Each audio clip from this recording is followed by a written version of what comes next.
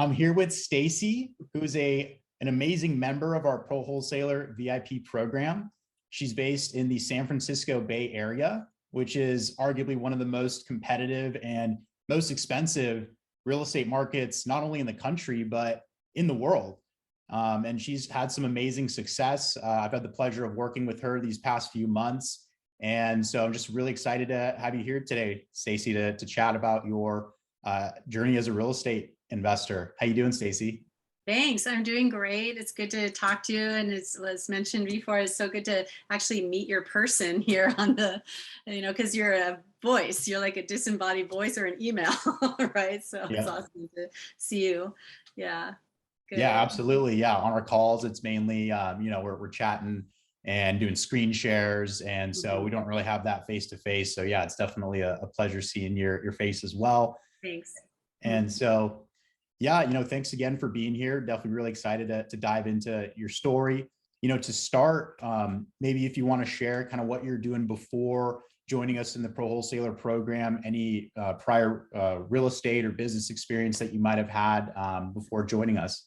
Yeah. Well, nothing would be complete unless I said that I was a single mom, raised my kids all by myself, from the time they were 10 and 8 years old. And they're like your guys' age now, which cracks me up. It's like, Nice. anyway, they're 29 and 31 now. But I really wanted to be there for my kids. So during my whole adult life as a grown-up, I was just self-employed. I've always started businesses. I had a jewelry business while the kids were little. I had an art business that was great. I did site-specific installation for large sculptures. I did that for about 8 to 10 years. That was kind of my big girl job when I had, the house, the mortgage, and the kids and the dogs and all that. But I have to say that my early career, my aunt had her own escrow company in the Pacific Palisades. And so she kind of pulled me in there to work for her. So I worked for her for 2-3 years.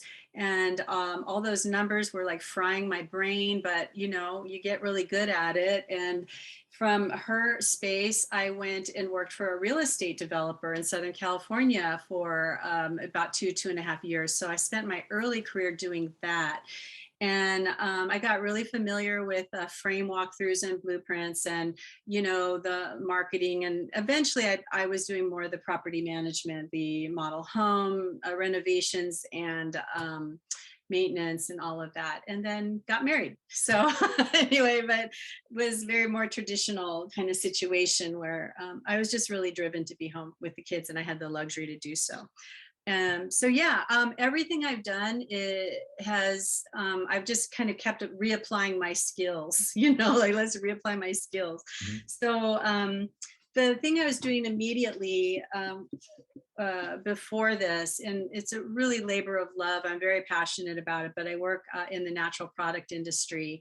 And so I started in Santa Barbara, I started as a local buyer for Whole Foods, and you get into all the animal welfare and all of that, and, clean food. And so Whole Foods did all their layoffs pre-Amazon purchase. So I started working as a food consultant. So I was helping brands launch, but everything's very tactical. I have to say that because I'm used to talking to people, I'm used to showing up face to face. I'm used to meeting people where they're at. I just feel like I had my own level of equipness to do this. And I have to say that also you own, however, I've owned and sold 2 homes during all that. But, to me, it's just technical stuff to pick up, and no doubt that I can just set huge goals for myself with this. I want to say that during COVID, my business took a big hit. I was just tired of waiting, and I was tired of putting things on hold, and I had already moved in a new direction, put up a website, and then all of a sudden in June, I started looking at all this real estate investing and the old model of the 70% and the off-market properties. And I realized what they weren't saying was all the thousands of dollars I would have to spend in marketing and skip tracing and robocalling and all that stuff. And I just got so disheartened and almost nauseous, because gosh, haven't we all been down some of those roads before with the postcards and the mailings and all that? Anybody who's been in any kind of sales. So anyway, I had already seen Alex's presentation, and then I had filed it. And then I went through this kind of 6-week free thing. This lady in Texas, really adore her, but I didn't want to pay what she was charging. And also it would be on top of the thousands, maybe 10,000, 12 or whatever of investment before even closing my first deal, in which I might break even, right? Right. So I revisited Ryan's program, his presentation. It felt, after dealing with all the other ways, it felt so ethical. I felt like I could get behind it. As you remember, I've had several questions about my ethics during this thing, and standing behind what I say and making sure everything that I can stand behind what I'm doing. So I invested in your guys' program in July. So, and then I really didn't start, I set it up, but I didn't start working. I set my official start date as September 1st.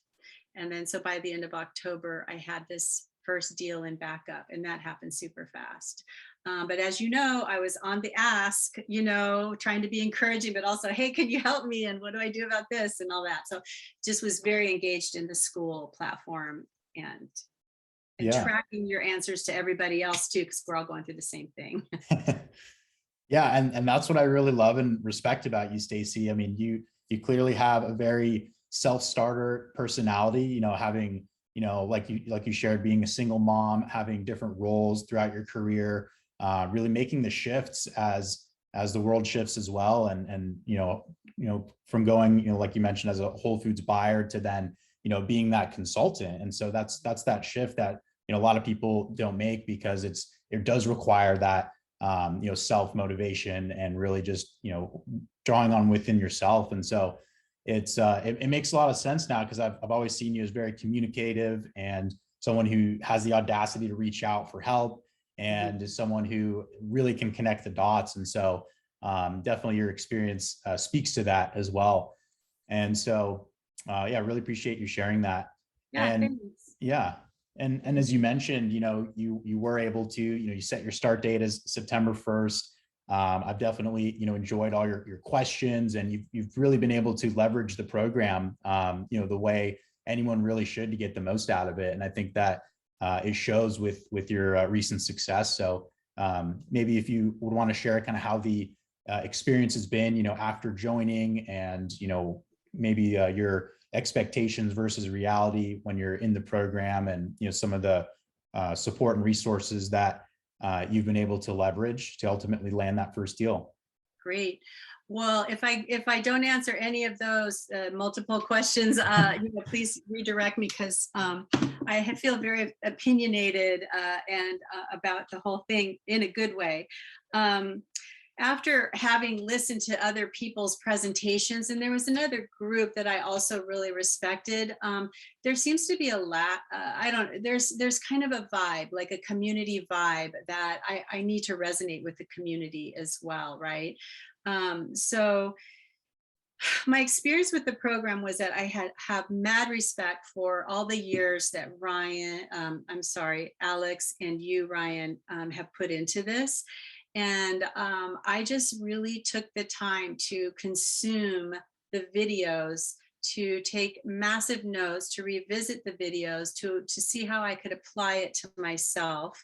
There's certain things that I still don't know how to apply to myself, namely the new age social media presence, because everybody knows me a certain way, and I just anyway, that's a whole other thing. But so anyway, yeah, I stayed really close to the program. I didn't go off.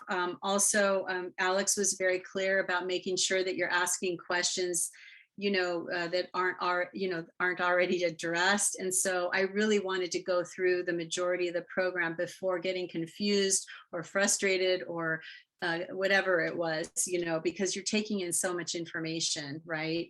And I was very intimidated by my area. I had to stop listening to, it's so expensive, there's nothing going on, you're not going to be able to work on the MLS. I just had to tune everything out and just trust the process, basically. Yeah. The main thing, and I have expressed this in the group, the main thing that I felt when I was doing this first deal was very equipped, right? I happened to be evaluating another rehab in the area, and sometimes I'll look at fixer comps, fixer specific, because there's lots of houses that definitely need to be fixed up, and you usually find them by their price point, like, why is that so low? And so the other house, I also had put an offer in, but it was super low. And at the same time, I met the agent at this house. It was right around the corner in San Anselmo here, where I live. And he just kept it. He said he had an offer in, and normally that would kind of go, oh, is it worth, is it worth it? And he just kept encouraging me to put the offer in, and I didn't put it in right away. I kind of noodled around with this project because it was an abandoned rehab, and there were I could see there was a lot of issues to deal with, and it was already gutted to the studs, and it had been sitting there for 6 years. All the permits had expired. They had moved the back of the house. They had reoriented the house. It seemed like everybody on the street, there's a really busy street it backs up to. And so everybody reoriented their homes. Anyway, there were all these things. And then he said his first offer was very strong. And they wanted 1.5 for the rehab, something like that. Or maybe it was 1.2, but it was really high. And so I came down and offered $1,050,000. I thought that's respectful. I can still work my numbers. And I was really excited about, and this is what I want to talk about, is I was really excited about the fully rehabbed comps, not just the down the street comp that everybody was referring to, but I was looking within a half a mile at the fully rehabbed comps. And I was super excited about what they looked like. I mean, they were totally overstaged and everything, but I could see what these 1930s houses were doing to keep the charm, but to modernize. And so I just got super juiced, and I was like, this is looking good for a nice big ARV at the end of this. It's a huge piece of property. It's got lots of potential. It doesn't need extra square foot like the home. You don't even get more value out of more square feet after a while. It's around 1,800 to 2,000. So I just kept noodling around, and finally the agent didn't want to do dual, so he connected me with this gal, and I just picked her brain, and she was so helpful. And I'm like, okay, let's do an offer. I'm ready. So it's not something that I did very quickly. In fact, normally waiting like that, I would lose my opportunity, but I wasn't 100% on it. And she said, look, we're putting in your offer, but the agent is not sure of the first offer. He's just unsure of it. And so just get ready, because things might happen fast. And so she called, and probably within 3 days, she goes, okay, clock's ticking. You're now in first. And I was like, crap. But I just went on it. You know what I did? I rewatched all those last things, how to assign a contract. I wanted to make sure I had everything down. I even rewatched your very detailed California contract thing while I was cooking dinner. I'm like, okay, here we are, and I was just, I just made sure that to the letter, I followed everything. And even Alex's voice, like, when you call to ask, when you say, finance partners is gonna, who's coming in with the most money, we're gonna have put it in his name. Can you please pull that assignment contract? Like, I was doing it as cool as a cucumber as possible. Like, we did this all day long, and I was like, I had Alex's voice in my head, and yeah, and she goes, oh yeah, okay, here we go. And so she pulls it. While she was doing that, I had my buyer sign my Indy contract. They signed off on my fee. I was expecting, because I put 20K in there, and I was expecting to be negotiated with. Nobody touched it. I'm like, cool.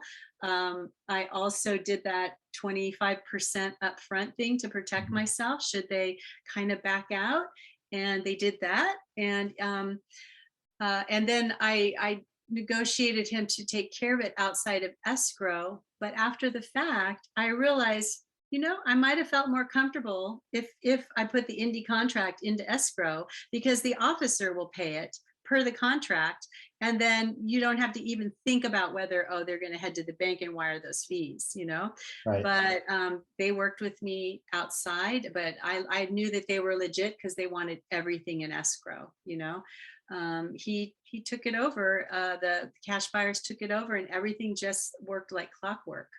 And I just sat back and went, okay, what do I need to do here? He did make me nervous a few times before wiring their earnest money, which was already delayed because of the assignment. He started asking me about the property report. I'm like, dude, this was all submitted with photos. I was like, you got to get that money in before, the deal blows up. So he goes, oh no, I'm not blowing up the deal, but what about this? And what about that? And anyway, that made me a little skeevy, I have to say. Because you don't want to also be defensive and say, hey, dude, stop, just get the money in. I had to maintain my cool because Oh yeah. But yeah, these guys, the other thing that I had shared was, look, I had these first two cash buyers, but I thought either one of those would grab it because they're very active up here in the North Bay. And one of them hems and haws about cost and this and that and blah, blah, blah. And he loudly passed on the deal. And he goes, see, this is why I don't like these MLS things and blah, blah, blah. And I was like, okay. And I just like, next. And then I got turned down by the other one, and she had like almost double my rehab. And I'm like, yeah, okay, so next. And I just kept moving on. And then I had 2 meetings at the property on the day, the EMDs on the 3rd day. The first guy left, and then the second guy showed up for his second visit.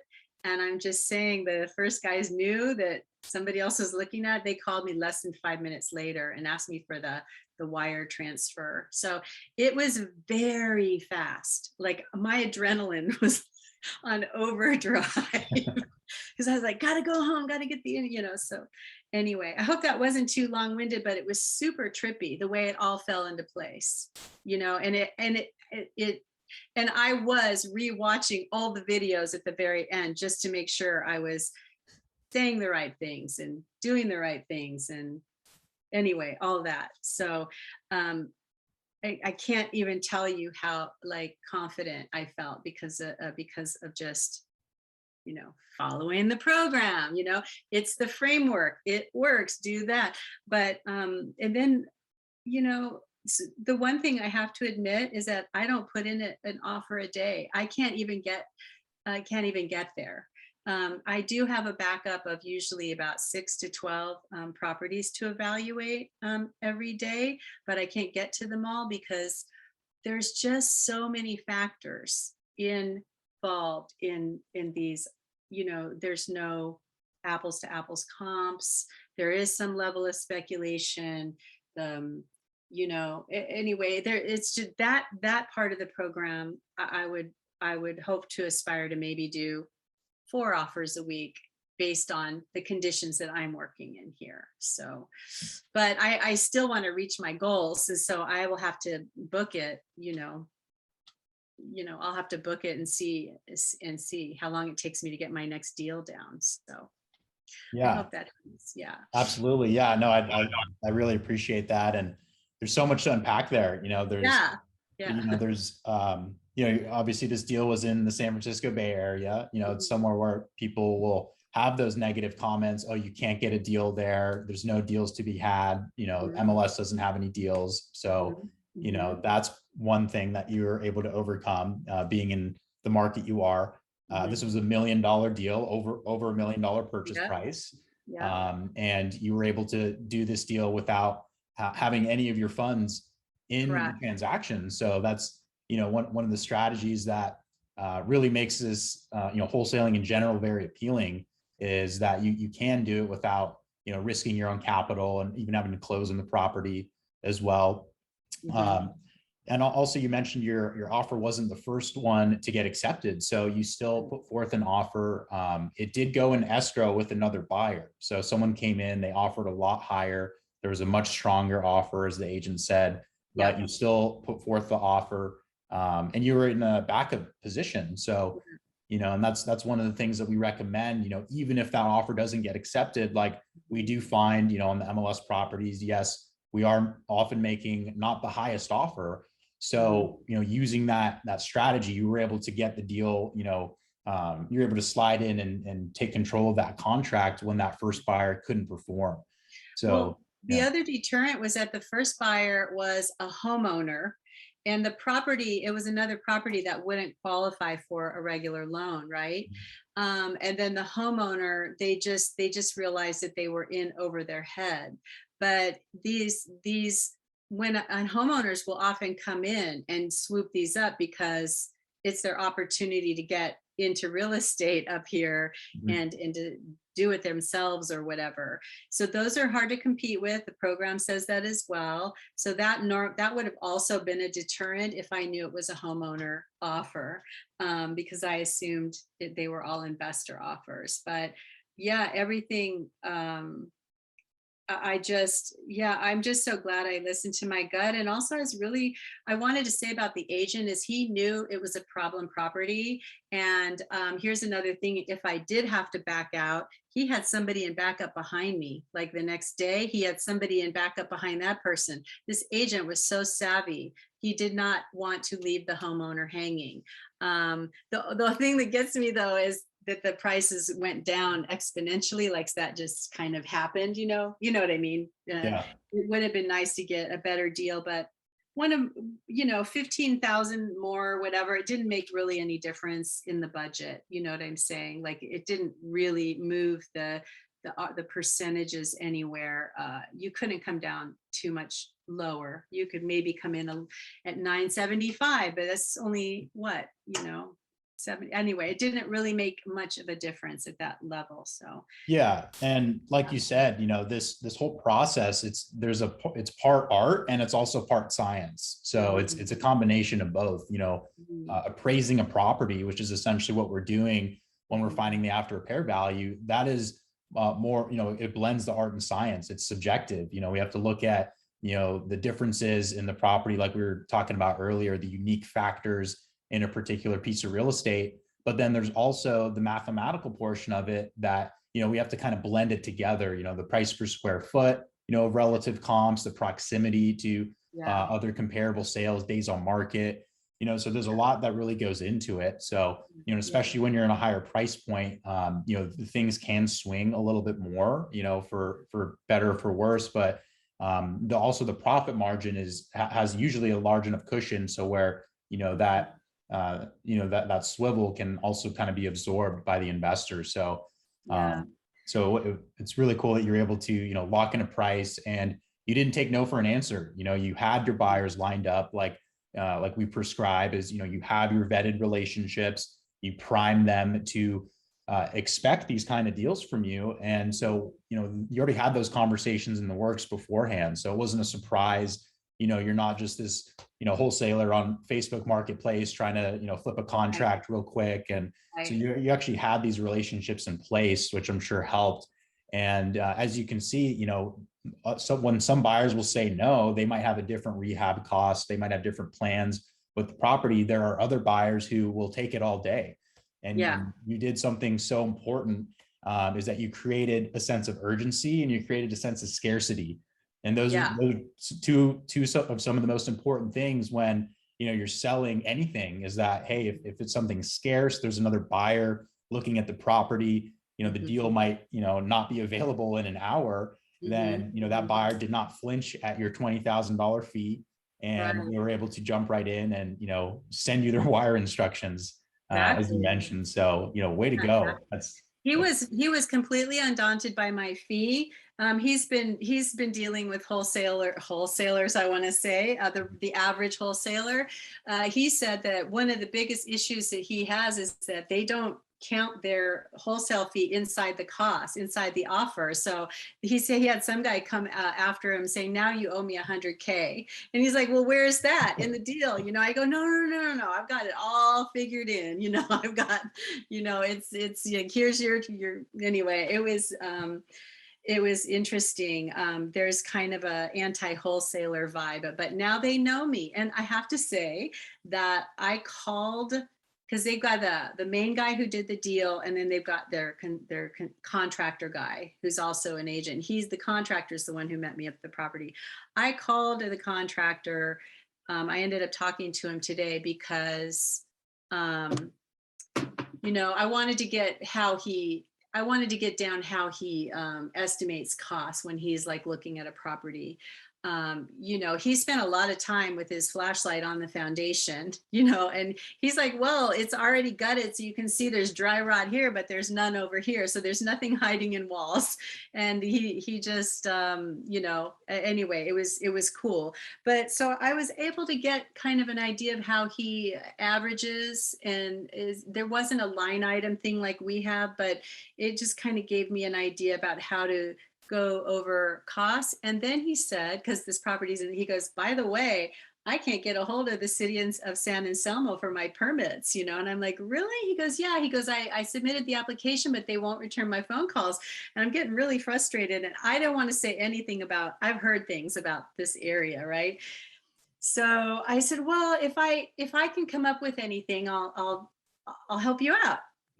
And so I got off the phone with him, and I called the city of San Anselmo, and this girl answered the phone. And so I said, hey, can you give me some information on this property? A permit was applied for in the last whatever. And she goes, oh yeah, there was a permit applied, 11/29. Gosh, we're missing a bunch of stuff like that. So it wouldn't have even passed. Plus it needs payment. And I said, oh, okay. Can I give him your name? And she goes, how about if I email him and tell him what he's missing? So anyway, she goes, he doesn't even have, a breakdown of cost. So in like 5 minutes, I was able to send him a ton of information on the city of San Anselmo just today after getting off the call with him. So That's amazing. Yeah, that was fun because I just wanted to help him out. The other thing about this property, the more that you look at the rehab to ARVs, you see the amenities that homeowners are looking for, and it shows up in how quickly the houses sell. And so I was encouraging him to do certain things, like here's where you should spend your money, and here's where and you can find places, to pull back or whatever. And I don't think he's gonna do it. Like there's an area that needs to be just popped out and would require a new exterior wall, but like it would change the game on that living space. And then there's just certain things in the house, and I don't know if he's going to do it. I hope he does, but I am confident after spending so much time running the comps that he could get the highest return. He could get the highest ARV. The other thing I learned on this property was that 2 million and above is high end here. Anything under 2 million is middle of the range. And so I don't need to be looking at top of the line appliance costs when I'm averaging my price, my repairs and stuff.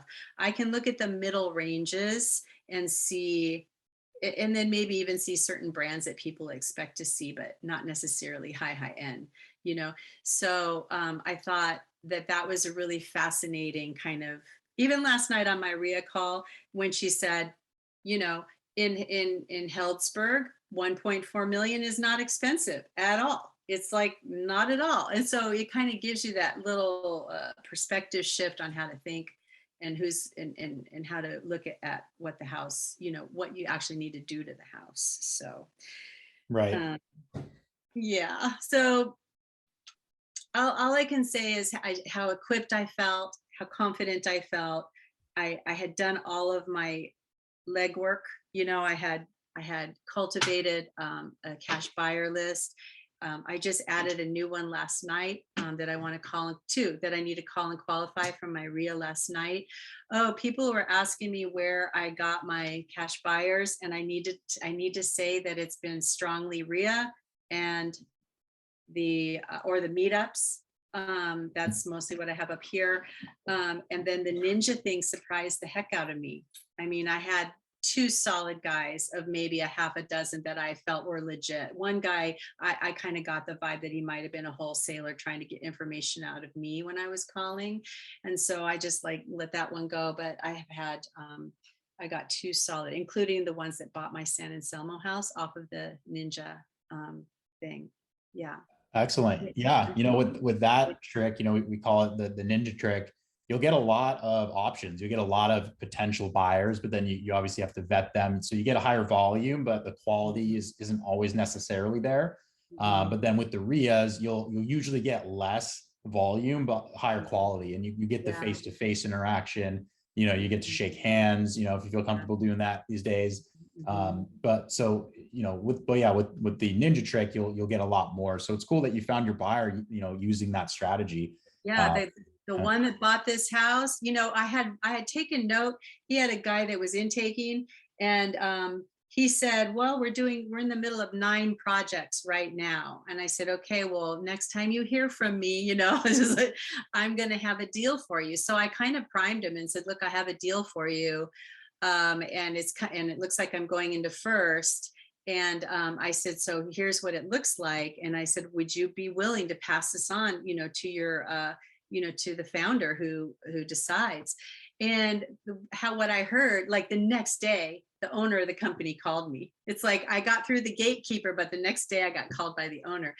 And he said that his guy was kind of holding on to it because it was a wholesaler who showed up with it. He goes, no, send me everything.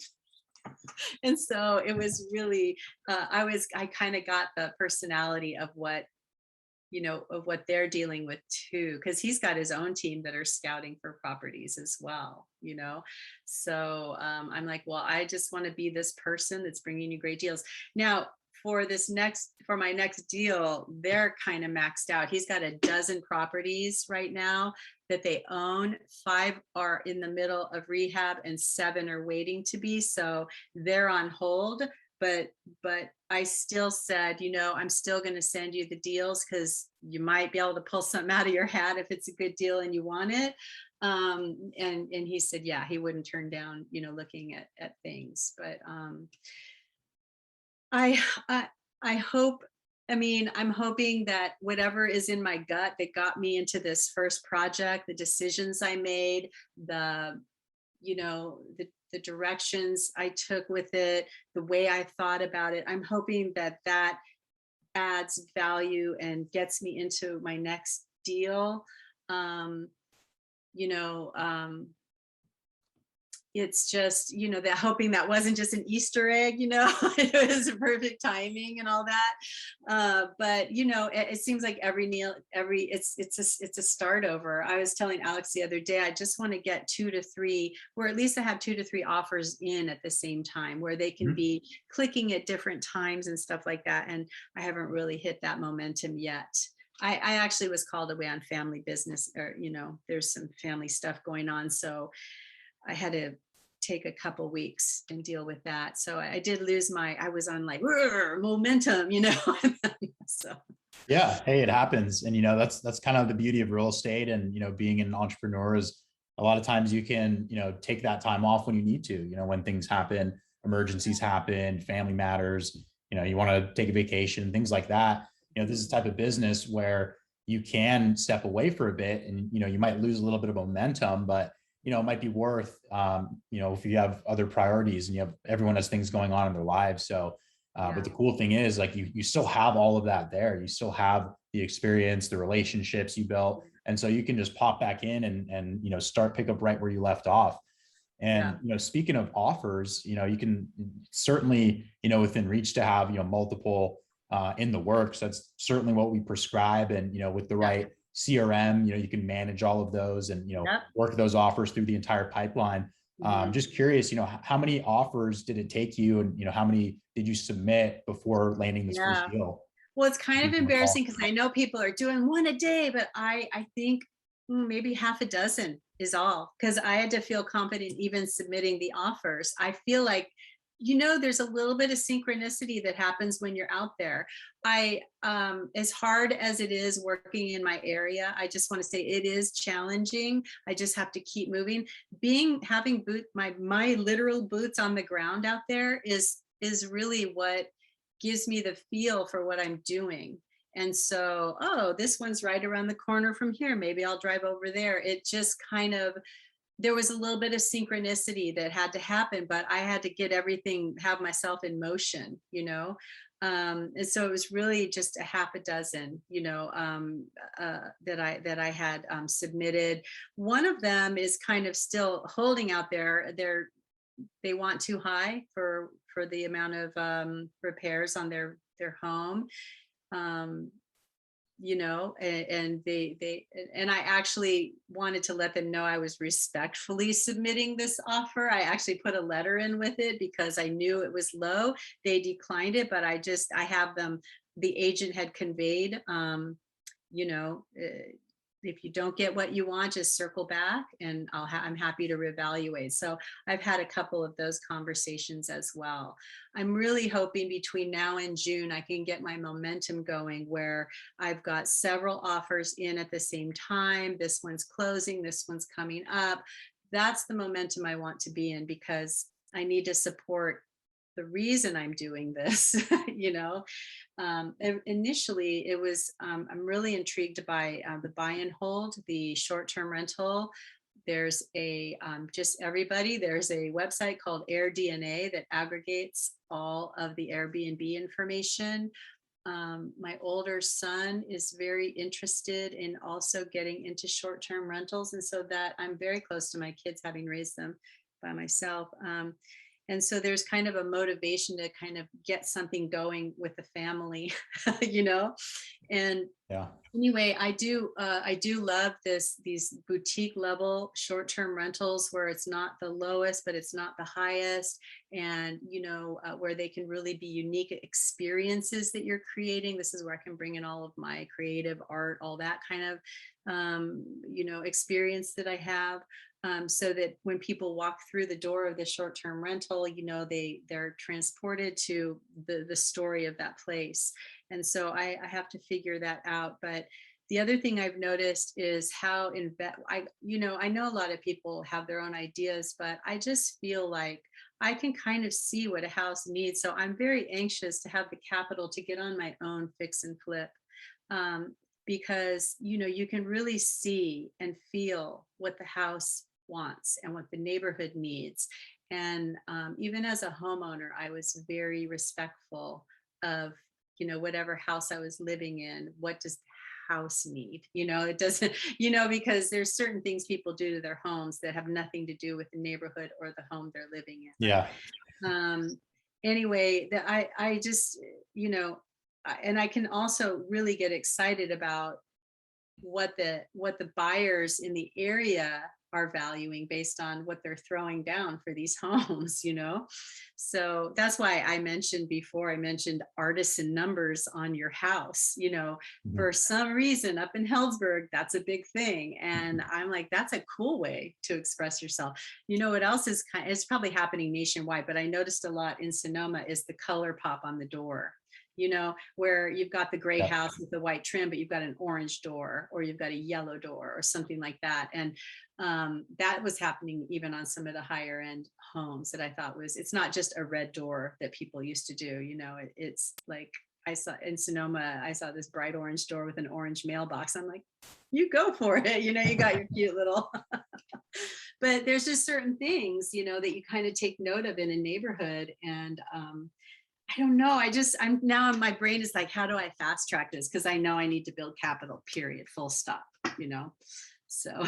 Yeah. And I can definitely see that you have that artistic capability that, a lot of people either will hire out, they'll hire a designer, Yeah. someone to help with those aspects of it. But it sounds like that's really what you want to lean into. And there's a Yeah. very big need, in the investment space, the redevelopment space for that talent. So I'm excited to see as you evolve. We call it the evolution of a real estate investor, where Right. you'll start wholesaling, it gets you in the game, you start building your network, and making offers, really evaluating properties with different exit strategies in mind, whether you're the fix and flipper or as a rental property, buy and hold. And from there, you can build that capital. You really lay the foundation to then evolve into either, fixing and flipping properties, taking it down yourself, and then eventually holding it long-term for either, long-term rental, short-term rental, development, whatever that might be.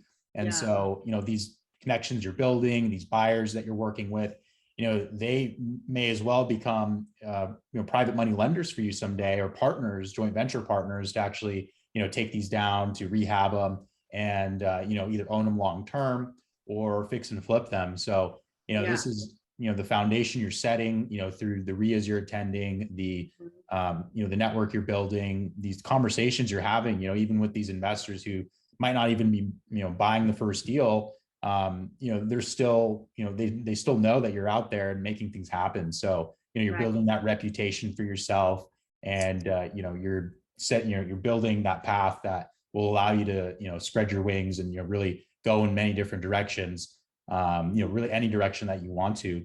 Yeah. So, Yeah. I, when I lived in Washington State, I moved here during COVID.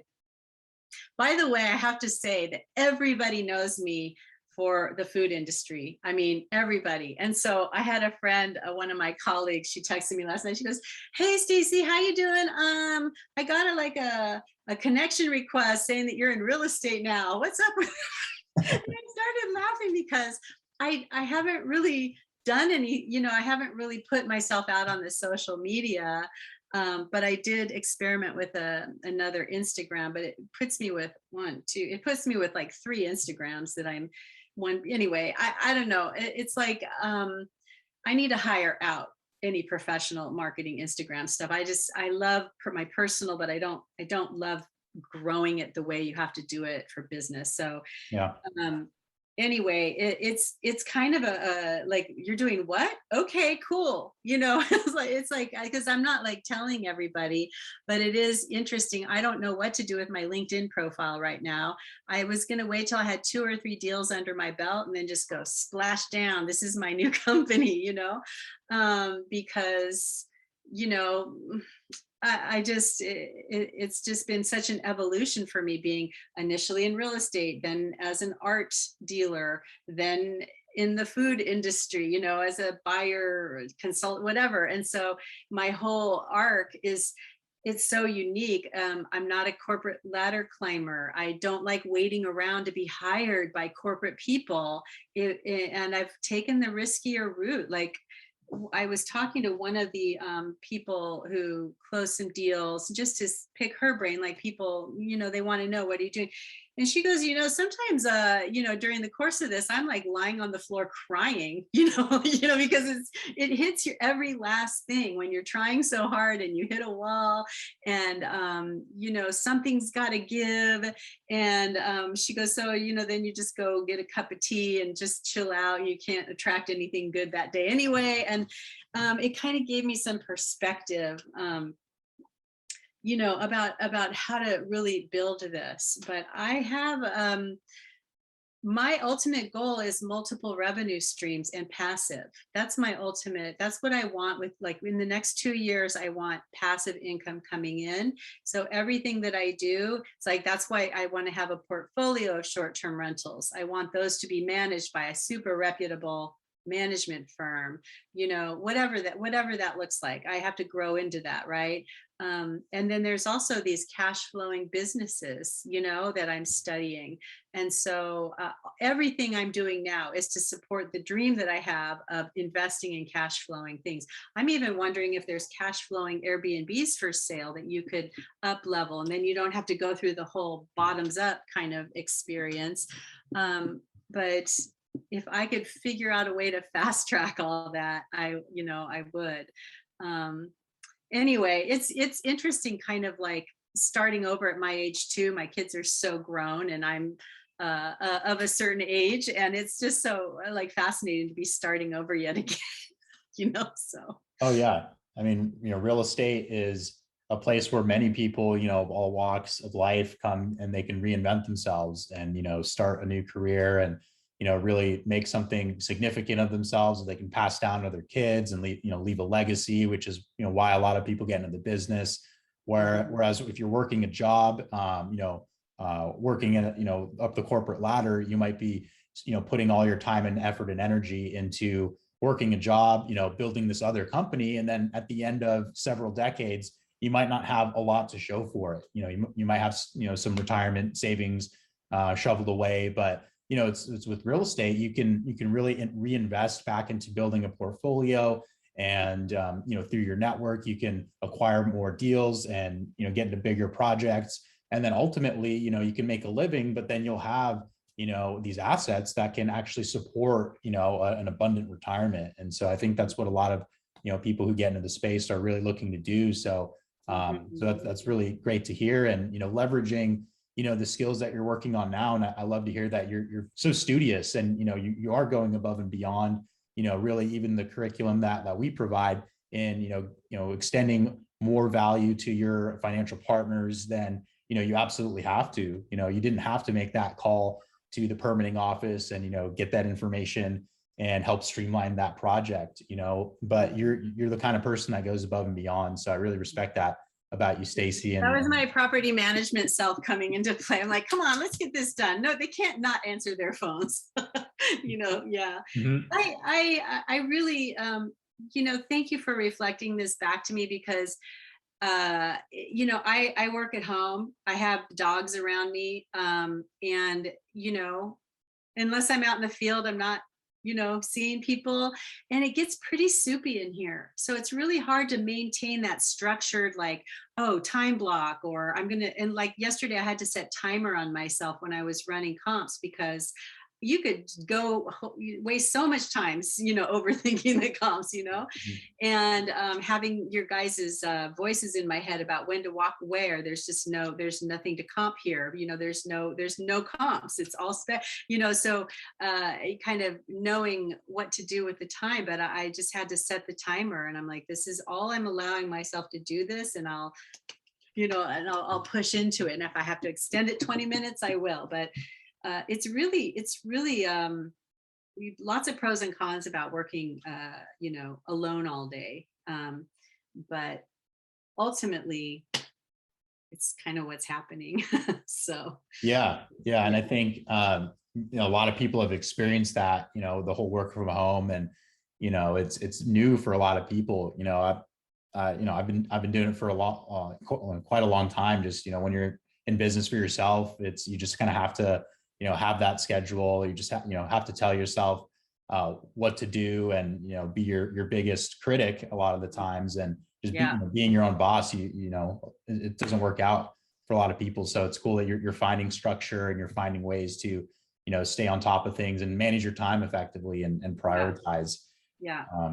Well, and this is definitely, I know, as long as we're living, breathing, I don't want to get, I want to grow into this next version of myself that is managing all this stuff that I can see, you know what I mean?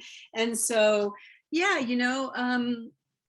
there's a level of, kind of complacency that happens. I think the last couple of years of being in the food biz, which was 2019, and then COVID happened in 2020. I think that really sealed it for me, as far as I knew I was rumbling for a change, but I thought it was in my industry, because you amass a lot of knowledge, and you don't want to just walk away from all that experience. And how can I apply that experience to serve the industry on a deeper level? But I wasn't seeing the ROI. I wasn't not seeing the return. And then what I had to realize is that I'm not necessarily a salesperson.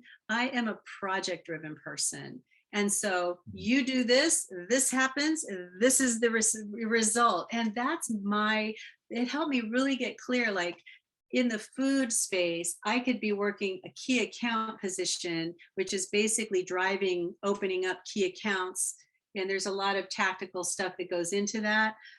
But you could sit and for 9 months and do everything right and show up every day, and still there's people holding the, holding up the process somewhere. And there's no, I can't give the KPI, I can't give the deliverable back to the guys that hired me to do the thing, And anyway, it's, they understand because they're in the same business too. So it's just, it was very clarifying, to kind of let myself struggle with needing a change. And I do feel coming back into this real estate world is a full circle for me. It's kind of what I started with. Wish I had whatever it took to kind of do it back then. I'd probably be much farther along.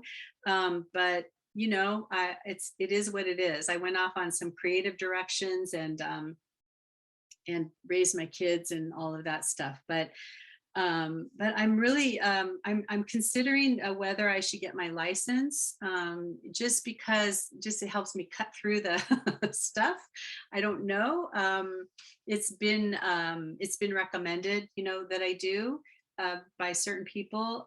But anyway, I don't want to pile on unnecessarily unless I can totally see why, why the value of it. Because I do know that we can do this. We can get our real estate agent allies and do this gig without the expense and time to get the real estate license, right? Yeah. I guess it depends on what this actually turns into, because you can start out in this direction and take a side thing. I was going to ask you, besides honing in and perfecting the craft and continuing to get better and better, I would just ask you what you recommend for me based on listening to me. And besides do an offer every day, I know I got to get to that, but it's just so problematic getting these properties evaluated. So yeah, I think just hearing you today, Stacey, you are looking for those revenue streams. You're looking to build that portfolio.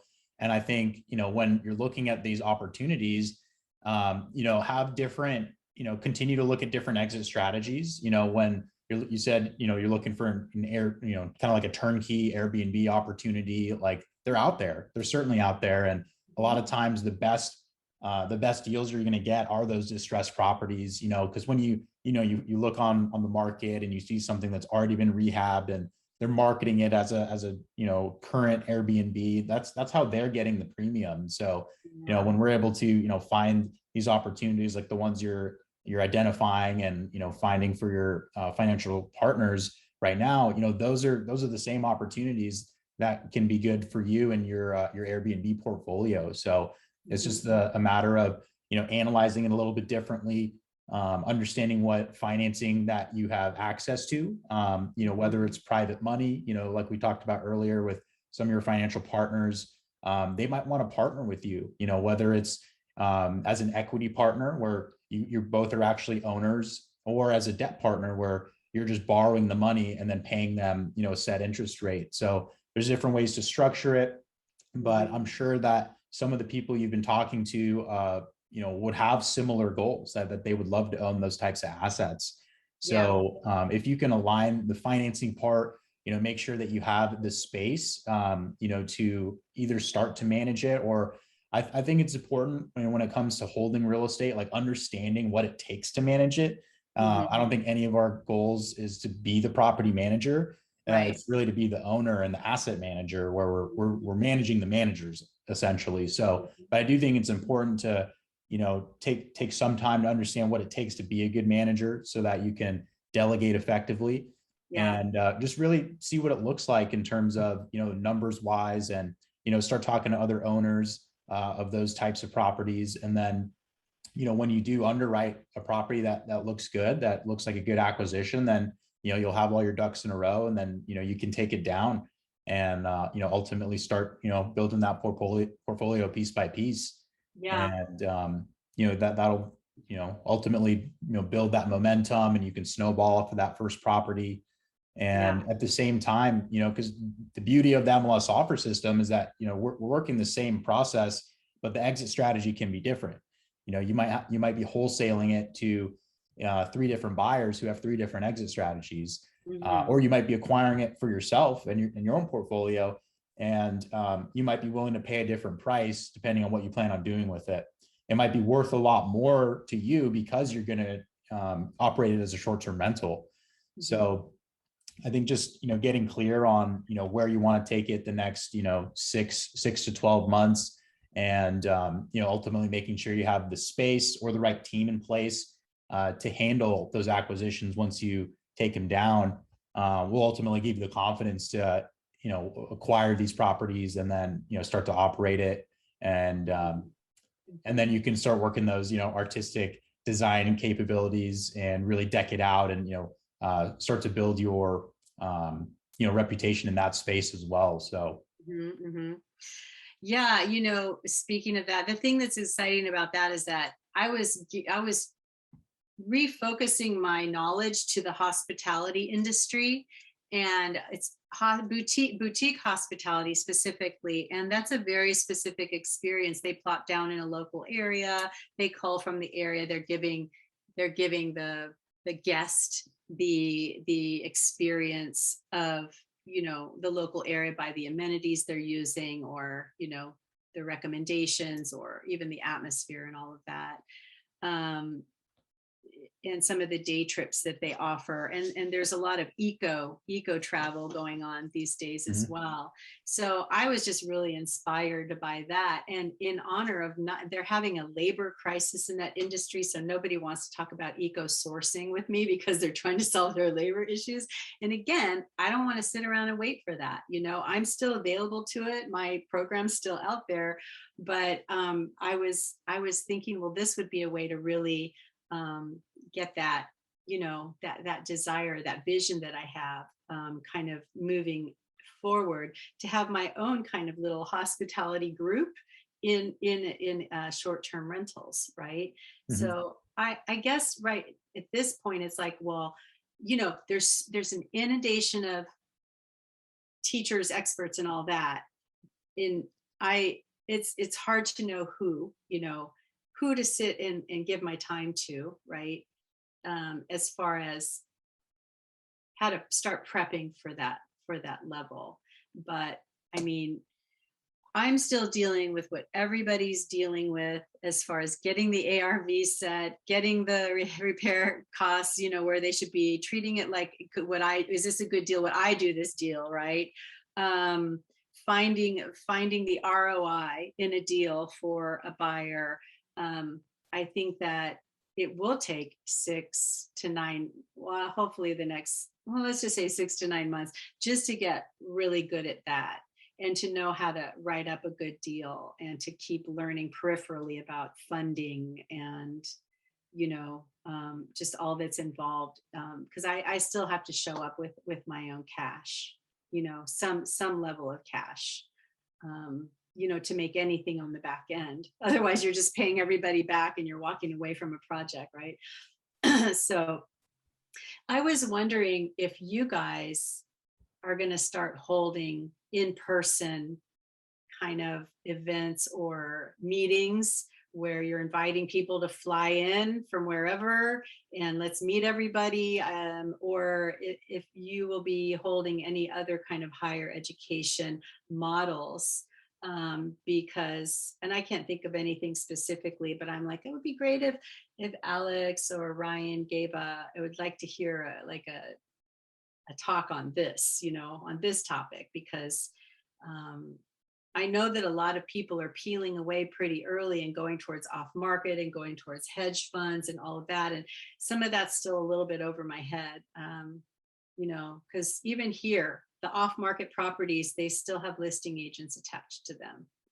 I may get something before it goes on the MLS that gives me a little head start, but the seller is still going to wait to see what best offer is going to come in, for more competition or whatever. So I haven't really met a truly off-market offer yet. So. Yeah. I mean, there's most of the properties that do sell are listed on the MLS, or there's an agent attached to it. Most sellers know that they're going to get the most exposure, and they're going to, find the best buyer through working with an agent, which is why we love working with agents, and because they get access to the most deals. It's just the oldest, method of acquiring real estate in the book is, talking to brokers, building relationships, and, telling people what you do, and telling everyone that what you're looking for, because the word gets out, just the organic word of mouth marketing. It works, and it doesn't cost anything for the most part. It just, you have to spend some time and hustle, which everybody has. So, we would, regarding in-person events, we would love to. We've definitely talked about it. I think we work with students all across the country. And so we'd have to really, kind of figure out the logistics behind it. But we definitely have talked about more of like a mastermind where we can, go more in depth and, spend in-person time and have like a multiple day sort of event like that. So that's, definitely in the coming future. We definitely love to have more face-to-face with everyone in the community, bring people together. But, I think a lot of people have really leaned into the virtual environments that we've created. We're doing a lot, with our community online, with the school group, and, trying to make improvements there, and building that culture. So, I appreciate all your contributions, all the questions that you have in the group. It helps, like yourself, other people are, tracking those conversations, and they're reading it, they're learning. And so, I do everything in my power to go as deep as possible with our students in that group, because I know it's getting, a good amount of exposure. And so I appreciate you, leveraging and collaborating, and, being a big part of the community. So it certainly helps. And, posting your wins, from, getting, sending your first offer, or, closing your deal, and everything in between, that inspires everyone else. And, it's definitely noticed and appreciated. So I'm glad. I'm super glad. I'm happy to support. I just feel like I'm with everybody there. It's still do the work. It's still a new day every day. I did happen to get that deal going, and I'm really grateful to have that one under my belt. And I'm one of these people that I also threw all into this. So it's like I didn't create any back doors, for myself here. I let my other business. I parted with my last client earlier this year, and it was just our contract kind of ended. They were taking a new direction, so I really made sure everything was clean and cleaned up and parted with. And so anyway, I think that's why I feel so driven. I have been open to other work or part-time jobs or whatever, or even another professional position, but they don't open up to me. It's weird. I will, it's all those aren't flowing towards me. Do you know what I mean? And again, I'm not going to sit around and wait for it and think, oh, that's what I should be doing. Somehow I'm just going to make this work, where I'm building this capital. I have low overhead, at least for the next year, in my living situation. And, and then just build the capital, so I'm very determined. And I know I hate to gush, but I'm just so thankful for you guys, because there's a level of professionalism that you guys have that, we're so inundated by experts and social media and all these loud people, these loud dudes. It's like this bro fest, and I can't do it. I can't do that. So I would like to get some more ladies, featured in the real estate skills, because we don't really want sports cars and airplanes. We want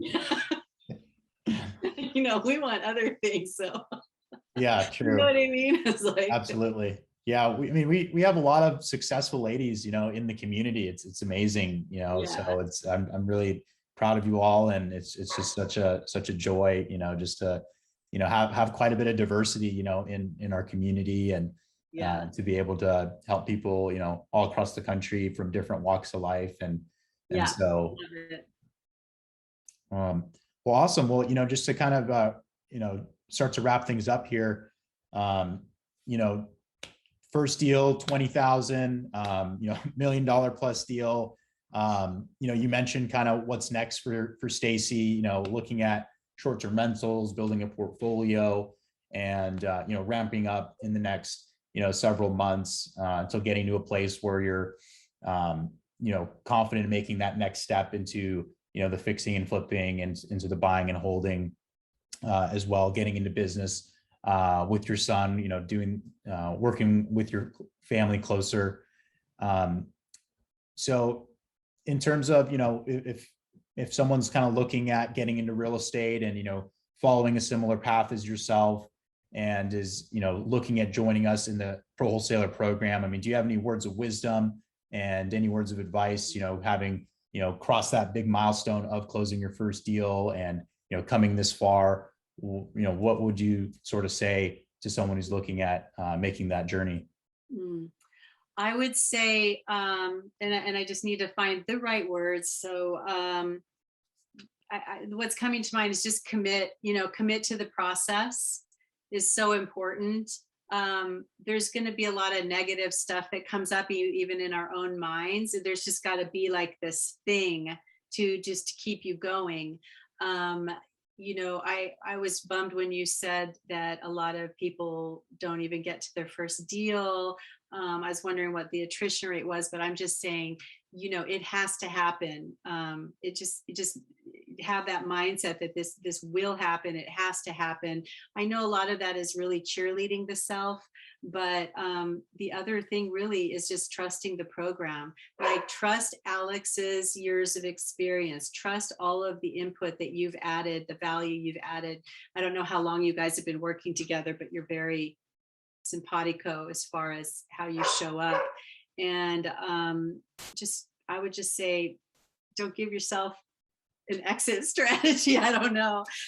I just want to say, do it. Even if you're working part-time and you're or full-time already, just stay on it. Just to stay on it, because I don't know. I could go on and on, but there's a thread there, which is really stay focused. And I guess what drives me is my bigger vision. And so I was really glad that the program started with that. What is the bigger vision? And it has to be big enough to keep you going when when you're scared and you want to roll up in a ball on the floor. So I don't know. I hope that helps. But there's just there's so many detractors out there, and there's so many experts that are going to pull you this way and that way.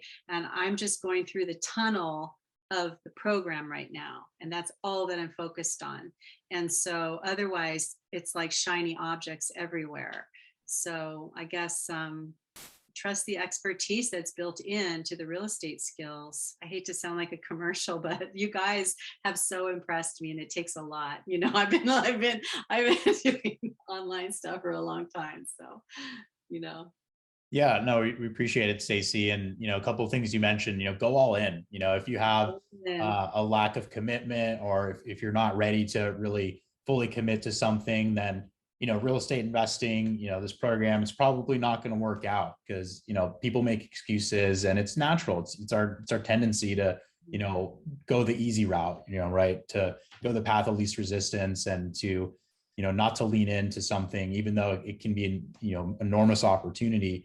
And really just have that strong why, have a reason why you're doing this, why you're willing to make sacrifices, and, spend the right time building those real estate skills, and, knowing that, these skills are going to be something that we can grow into, for years to come, and to really, really take it as big as we want to. The sky's the limit when it comes to what we can do in this industry. And it's something that, we're not having to wait around for someone to hire us, like you mentioned earlier. Like, it takes a certain kind of personality to, be a little crazy enough to want to just go out and do something on your own and make it happen. So, but the people who do, can experience those rewards. So it comes with it, it's pros and cons, because there was a professional position that I thought I'd really get, and I did, and I went, wow, I guess that door's closing. So I can't sit around and I just don't have the luxury of sitting around and feeling sorry or whatever it is. And I'm not belaboring that because everybody's in their own process, but you guys, there's another thing I wanted to add is that there's every time I drop into that school, I'm kind of holding you guys accountable to who you say you are. And you've always shown up, to be authentically who you say you are, really. And that is also something that I just have come to really rely on as well. Do you know what I mean by that? It's like every time I ask a question or I show up or they've got this and I'm going to utilize this tool because this is part of the program, and you guys you guys show up, and it's just that it's that part of really in my mind holding you guys accountable to this whole thing you've created too. How do I fit in? How do I utilize this? How do I get what I need out of this in order to do what it's teaching me to do? So that's how I'm looking at it. Yeah, no, I absolutely do know what you mean. And, that, like I said, it creates our culture. We wouldn't be, very helpful if no one was asking questions and everyone was, kind of on the path and, keeping their head down and just working away. So, I mean, I think it really helps us, understand where, your head's at, what support is needed, what are the questions that we haven't addressed in the program. And so that is really what our community is there for. And so it's the members like yourself that are leveraging it and making it even more valuable for anyone else who comes in, because there's these very, specific questions, or there's these things that, you'll ask a question, I'll have a response, and then that happens like 10 times. And so we really get a lot of information out there and extracted. Yeah. And so that builds on itself. And so, anyone coming in gets access to that. And, this is just a backlog of all of these, queries and, information that gets exchanged, which is why we have everything facilitated on that platform. And so, yeah, we really appreciate it, because we're, one of our company values is education. And so it's knowledge that we're all, providing access to, and it's a collaboration, it's the community. And so we all lift each other up.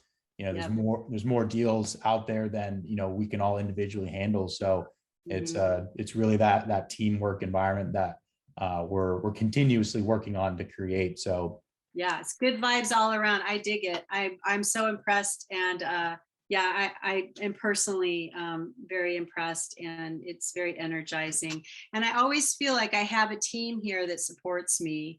It's a very solid. Like I have my finance partners out here that I'm pushing into, but I've also got this team that supports, kind of the structure, or it's I feel like you guys are my team, even the fellow members too. I have a file on my desktop just with screenshots of some of your answers or Alex's answers or some of the questions or conversations I followed, because those are always really helpful, and everybody's got different kind of areas they're dealing with, and it just feels like there are threads that we're all going to be dealing with at one point or another. So I'm happy. I'm happy to, to be available if I can. But again, even though I've closed the first deal, I'm still in the same boat as everybody who's building, utilizing this to build, kind of that next level for themselves. It seems like every deal you can layer your knowledge, but every deal has its own unique situation and confusing and muddle, and you just have to, keep doing it. So anyway, thanks. Yeah, absolutely. That's what we're here for. And, we're not planning on really doing anything else other than real estate for the, foreseeable future. It's definitely our passion and something that we work on personally and, with our businesses. And so it's a collaborative environment. All of these things are relevant, to everyone who's entering the space. And so it's great that we have this, this data there. And I love to hear that, you're taking note of those gems that you're seeing, within the group. I mean, that's that's a trait that's ultimately going to help you be successful in this business, is really taking these things and, you know, really drilling them down and studying them, you know, which is really something I admire. So no doubt you'll be able to, you know, achieve your goals no matter what you set for yourself. And I do very much look forward to being a part of that. You know, as you continue your journey, you know, going into, you know, this next phase, you know, ramping up your deal flow, your offer flow. So, and then working these You guys other are stuck with strategies. me, you know. It's like, yeah, I think there's some really beauty that I was able to get that first deal going, that I really put 20. Do you know, one of the lending guys out here says, he asked me, what are you charging for your wholesale fee? And I go, well, the national average is 10,000. So I was thinking of starting with that. He goes, that we're not the national average here, you know. And he said, make sure that your minimum, he's telling me, charge me more, you know. And so he said to make my minimum 15. So I've already established a $20,000 fee with these other guys. So that's what I'm going to do as much as I can. And then, you know, I'm always willing to negotiate, pop off, but I don't know. Anyway, yeah, I think that it just gave me kind of some working capital, you know, some working stuff, and, you know, and some leverage, even with people that I'm dealing with and stuff, and people that I'm calling back or circling back to or whatever. So yeah, it's all happening. And I love this area. I really want to make it work in my area and then see where that takes me, you know.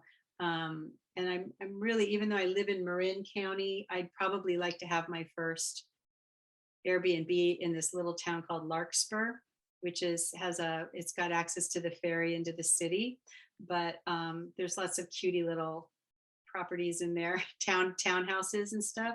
Mhm. And anyway, but yeah, I want to keep my focus, because, you know, everybody's so turned off by the area because of how crazy the market is. But I just can't listen to that, or else I would just go in a corner and suck my thumb. You know, it's like, well, what am I doing then? Anyway, sorry. Hey, I mean, I really respect that, because you're leaning into what you know to be true, is that, you know, there are opportunities there and you're able to harness them. And so if, you know, you're hearing these naysayers, you're proving them wrong. And so that's ultimately weeding out other people from entering your market, you know, is because they hear these things, kind of like we started off this conversation with, you know, expensive market, saturated, no deals. However, you know, you're finding these deals and you're able to connect them with the right buyers. And so, you know, and I think the ratio of, you know, offers to deals with yourself is quite impressive. And I think I wanted to touch on that real quick before we wrap up, is that I think your quality of offers are, you know, very high. Is you're taking the time, you're really spending the amount of research and having these, you know, in-depth conversations with the agents, and really, you know, taking a lot of care with the whole process. And so I think that also has contributed to the, you know, The the success ratio. you've had, the ratio from offers to deals, you know. So a lot with other people, they say, yeah, I'm sending, you know, 2 offers, 4 offers a day, but, you know, they're not really following all the steps. They're not taking the right care. They're not really following up on these deals, you know, getting into that backup offer position. So you're doing a lot of the things that ultimately makes that offer a lot stronger and has a much higher likelihood of getting accepted. So, you know, it's one thing to say you're going to, you know, set this offer goal, but it's another to actually do what's required with every offer to, you know, get that accepted. So I think, you know, I would, you know, keep that up, you know, with a $20,000 minimum fee, you know, 5 deals, you have a 6-figure business. So Dude, I know, that's what I got in my, like, come on. yeah, no doubt you'll get there, Stacey, and I'm just super excited for you. And Yeah. again, you know, you closing that first deal just, you know, filled my heart with joy and just made me so happy. And Thank you. just, yeah, just through our interactions, you know, in the community, on the Q&A calls, you know, we've looked at deals together in your market and, looked at a lot of unique properties. And There so, will be more. I'm telling you, I got a yeah, lot of stuff yeah, going bring it on, bring it on. Yeah, So, and yeah, thank you. And I'm so happy that we know each other a little better now too. And it's been really fun to talk with you. yeah, likewise, Stacey. Yeah, it's been a really great conversation. And so, yeah, I really appreciate your time today. I look forward to, seeing you on the upcoming Q&A call and hanging out in the community. So again, really Great. appreciate you and really excited for what's in store for you. Thanks. Likewise. Thank you so much. Okay. Yep, We'll you see got you it, on the Stacey. school or on the calls or whatever. Yep, we'll chat soon. All Okay. right, Thanks, Ryan. take care, Stacey. Bye. Okay. Yeah. Bye. Mhm.